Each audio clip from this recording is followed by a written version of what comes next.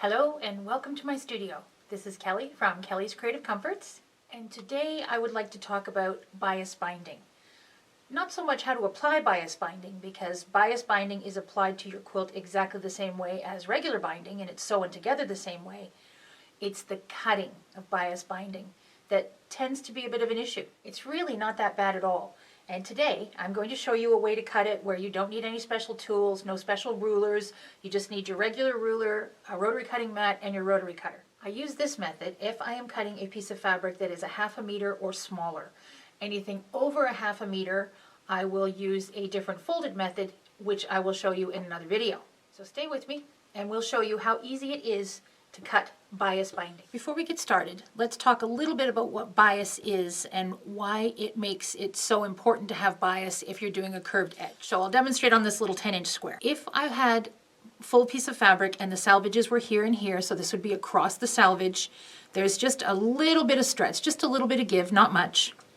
If I'm running parallel to the salvage, there is no stretch at all, there's no give. And if I go on the bias, which is on the 45 degree, there is lots of stretch. And that stretch is what we need to get around the curves and to make those curves smooth. If you try to apply straight of grade binding on a curve, it tends to get all kind of puckery and it just doesn't lay very smooth. So that is why we need bias binding. So when I am cutting bias binding, I don't want to cut much more than a ½ meter or a ½ yard. This cut here happens to be a ½ yard because when we're cutting it on the diagonal, we don't want to have to keep moving our ruler back and forth very much. So an 18-inch or ½ yard cut makes it so that I really don't have to move my ruler back and forth very much while I'm cutting.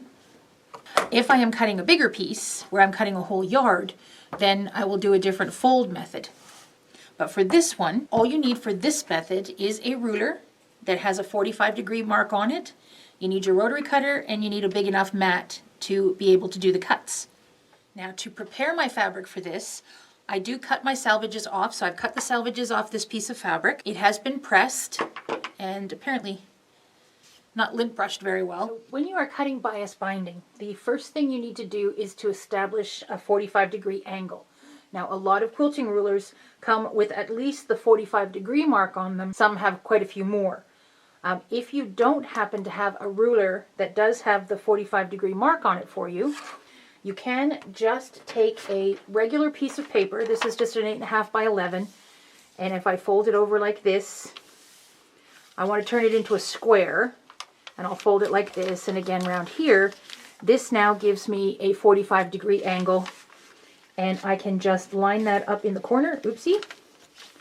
Line that up right there. That gives me my initial 45 degree. And then I can just use my ruler from there and keep cutting. In this case, I happen to have a 45 degree. So what I'm going to do is I'm going to line that ruler up on the 45 right here. Now, I don't want to have a whole lot of waste. So I want to get that as close to the edge as I can. I also don't want to make this a really short little piece of bias because remember, I'm going to be sewing all these things together into one great big long string of bias eventually. So I want to do, oh, this is a big enough, then that leaves me a big enough piece right here that I can use for something else, or if I happen to need to squeak out a tiny piece of bias at the end, I've got it there. So what I do is I line my ruler up here on the edge of my fabric, right on the 45 degree, right there, and I am going to cut. So now this piece right here becomes either my emergency piece of bias binding or something that I can use in another project. So I save that. Then what I want to do is, I personally like my bias binding, or all of my bindings, to be at 2.5 inches. So from here on in, all I have to do now is line this up on the 2.5 inch mark and just go ahead and continue cutting.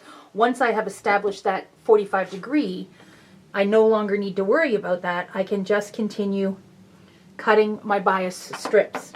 Now when you start to get to the width where you're actually cutting this whole piece of fabric, you will need to move your ruler just a little bit. So I will double check to make sure that I'm lined up on the 45. I look at my 2.5, make sure I'm lined up there. I'm going to cut about halfway or so. Then I'm going to stop. I'm going to move my ruler. Make sure I'm on the 2.5 and finish my cut. Then I'm going to continue to do that until this whole half yard of fabric is cut up. Okay, once I get that entire half yard cut up, the next thing I need to do is to fix some of my angles. When I get to the sewing machine, all I want to do is pile one strip on top of the other and just keep on going. And some of these angles are just going the wrong way. So here are the strips that came out of the center. They're all the same, and those have the angles that I want. So if you look at the strip here, one angle is going this way, and one angle is going this way. So they're parallel to one another, and that's what I want in an angle. Where these ones, these are the ones that came out of the side, and these ones came off of the side. The angles are going the wrong way, so we want to fix that. So what I'm going to do is I am going to pile these strips up on top of one another. Now you will notice that this top angle for these 3 strips is going the correct way. So I'm going to line up this angle down here. That's the one that I want to fix. And all I need to do is to cut that on the 45. So I can either take my ruler, line up the strips like that, and then all I need to do is line up the 45 on my ruler, and I can do that this way right here. So here I have the 45-degree lined up right here, and I just need to nip off this triangle at the base right here so that I can get it going the correct way. Or instead of worrying about that, I can just take one of my strips, line it up so that it's on top of there, and then just use that as a template to cut off the 45. Like so. That becomes scrap for another project. And now all these strips are also going in the correct angle that I want them to go at. I'll do the same thing with these strips right here. This edge is the edge that is the same. So I'm going to line them up here. Now this one, because it was right on the corner, this strip that's on the bottom that was right on the corner, I am just going to still line that up, because don't forget I'm going to be cutting about this much off. I can completely cut off that corner. I want to make sure that my strips are lined up on top of one another. And once again, I can either take the 45-degree on my ruler, line that up on the edge right here. So I have my 45 lined up here. I have all my corners meeting right there. And I can just cut that off. Or I could have taken one of the strips out of this pile, laid it on top, and cut that as well. Now all my strips are going exactly the same way, and I can just go ahead and sew them all together. So now when I go to my sewing machine, I have all my strips all piled up so that the edges are going exactly the same way. Now I have marked an R for right side because you can't really see what's the right or wrong side of this fabric. But when I get to my sewing machine, I just have to pick a strip up, and this is how we want it to be joined right here. So what I will do is just flip this over, line up the raw edge, and I want to have 1/4 inch sticking out here and here. So now that I have my strips lined up one on top of the other, what I want to make sure of is that I stitch right from here where this 2 seams converge, right to here where the 2 seams converge. I don't want to be off that line at all. Now it doesn't matter what seam allowance I use as long as I'm equal. So if I want to use a great big seam allowance like this, that's okay, as long as I sew directly from here all the way down to there, and make sure you sew right into the crux of that seam. Okay, so here I am back from the sewing machine, and I have sewn this seam with a 1/4 inch seam allowance and gone right from where those 2 seams intersect. And this is what you want to have happen. You want your binding to be perfectly straight throughout the seam. We can deal with those little dog ears later. So once I have those seams done, I'm then just going to go ahead and I'm going to press that seam open. Now here is a piece with the bigger seam allowance, so it didn't really matter what seam allowance I've used. Here's a great big seam allowance.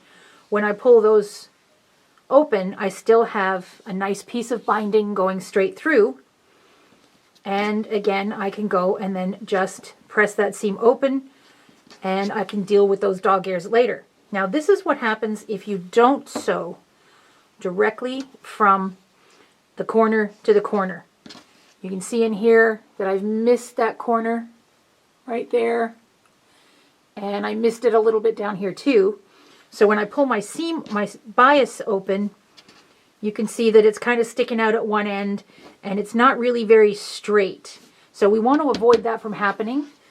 So again, make sure that when you're sewing your bias together, that you sew from where the two pieces converge. So once I get all my pieces of bias sewn into one great big long piece, I'm going to press all my seams open. Then I want to take the entire strip and I'm going to lay it wrong sides together.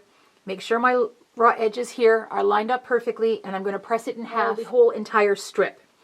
As I'm pressing, I want to make sure I'm not overly aggressive with the iron, because this is now a bias strip and it has some stretch in there. So I don't want to stretch it out as I'm pressing it. So I'm just going to gently press it with the iron and press it flat and press the entire strip. Now once I get my entire strip pressed and I am ready to start applying it, I can either deal with those dog ears at every junction right now and nip them off, or I can just leave them. It's a personal preference, it doesn't matter. But you can see how joining the bias on the diagonal spreads out the seam allowance over a larger area on the strip, so you don't have any bulky bits and lumpy binding. Now, once I get my binding all made, I will usually just wrap it around my ruler and slide it off and try to keep that binding all in one spot.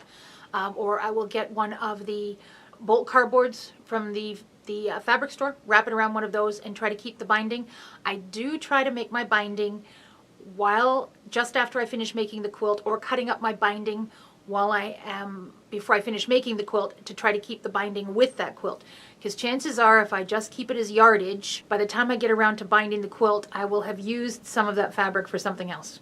So I do like to try to keep the project together. Now, bias binding will give you the stretch that is necessary to be able to get around these curves when you are finally binding your quilt. One of the questions I always get asked is, how much fabric do I need to make bias binding for the quilt that you have?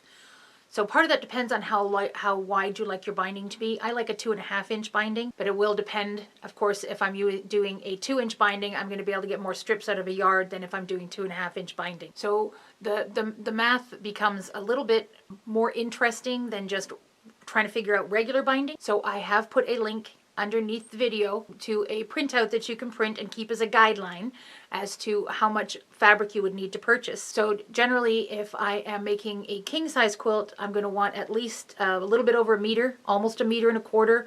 I like to get a little more than is really necessary for miscellaneous boo-boo room. Queen size quilt, you're going to need about 1 meter. If you are looking at a baby quilt, you would probably be able to get away with a 0.5 meter. So there you go. That is a super easy method for cutting bias binding where you don't need any special tools. Thank you for watching, and if you like what you see, don't forget to hit that subscribe button and you'll be notified when I have more videos available. Bye for now. This is Kelly of Kelly's Creative Comforts. Thanks so much for watching, and happy sewing.